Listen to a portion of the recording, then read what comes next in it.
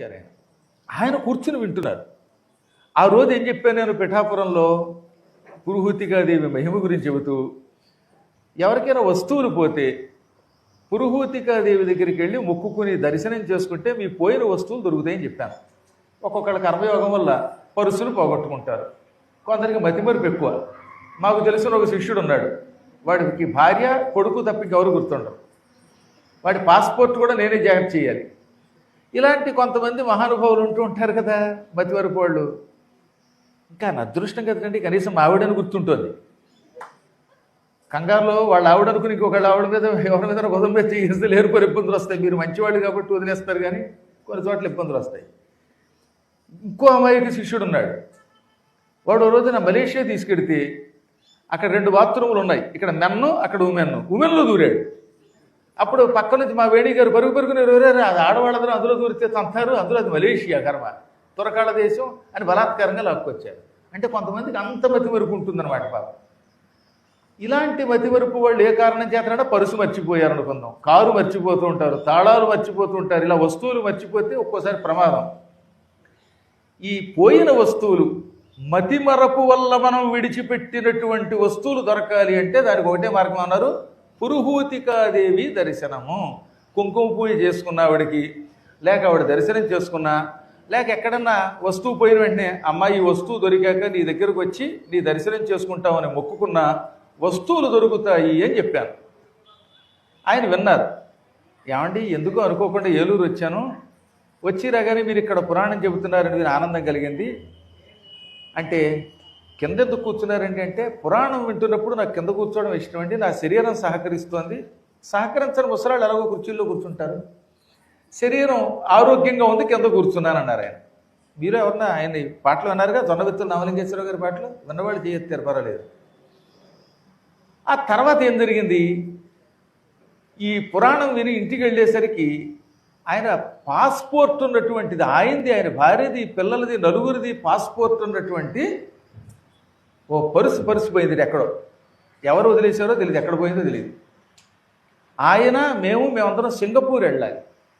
పాస్పోర్ట్లు పోతే అది పెద్ద గొడవ అండి బాబు, అందులో వేసాలు ఉంటాయి. తర్వాత ఇంకో సమస్య ఏమిటంటే పోలీస్ కంప్లైంట్ ఇవ్వాలి, మళ్ళీ డూప్లికేట్ తెచ్చుకోవాలి, ఇదంతా పెద్ద తలనొప్పి వ్యవహారం.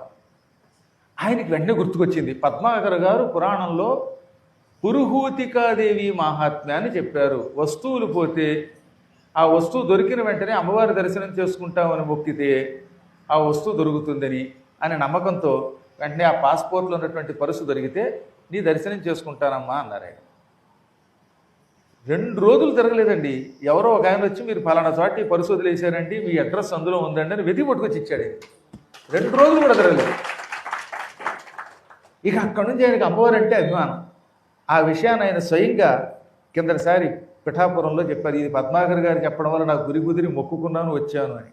ఇది అంతటి సినీ రచయిత, చలనచిత్రంలో పాటలు రాసేటటువంటి ఆ పుణ్యాత్ముడికి ఒక అనుభవం. ఇలా ఒకళ్ళకి చాలామందికి ఒక్కొక్కళ్ళు ఏంటంటే పాపం ఏ కారణం చేతనో ఎవరినోనేమో అప్పిస్తారు. నాకు తెలిసిన ఒక ఆయన 11 లక్షలు ఇచ్చాట వరకు, కనీసం నోటు లేదు, నోటి మాట. ఈ 11 లక్షలు ఇచ్చాక వాడు తిరిగేవాడు.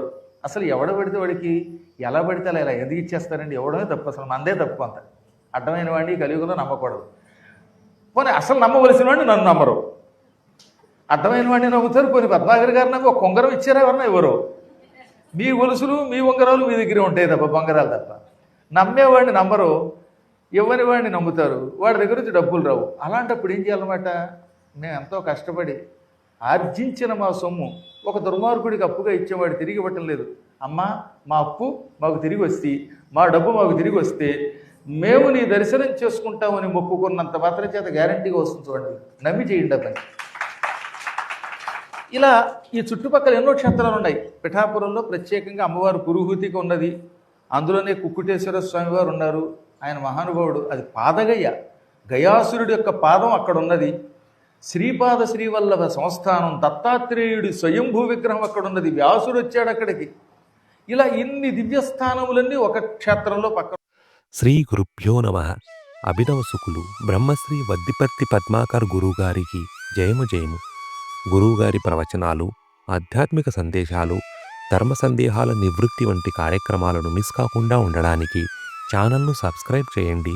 పక్కనే ఉన్న బెల్ ఐకాన్ను క్లిక్ చేయండి. ధన్యవాదాలు.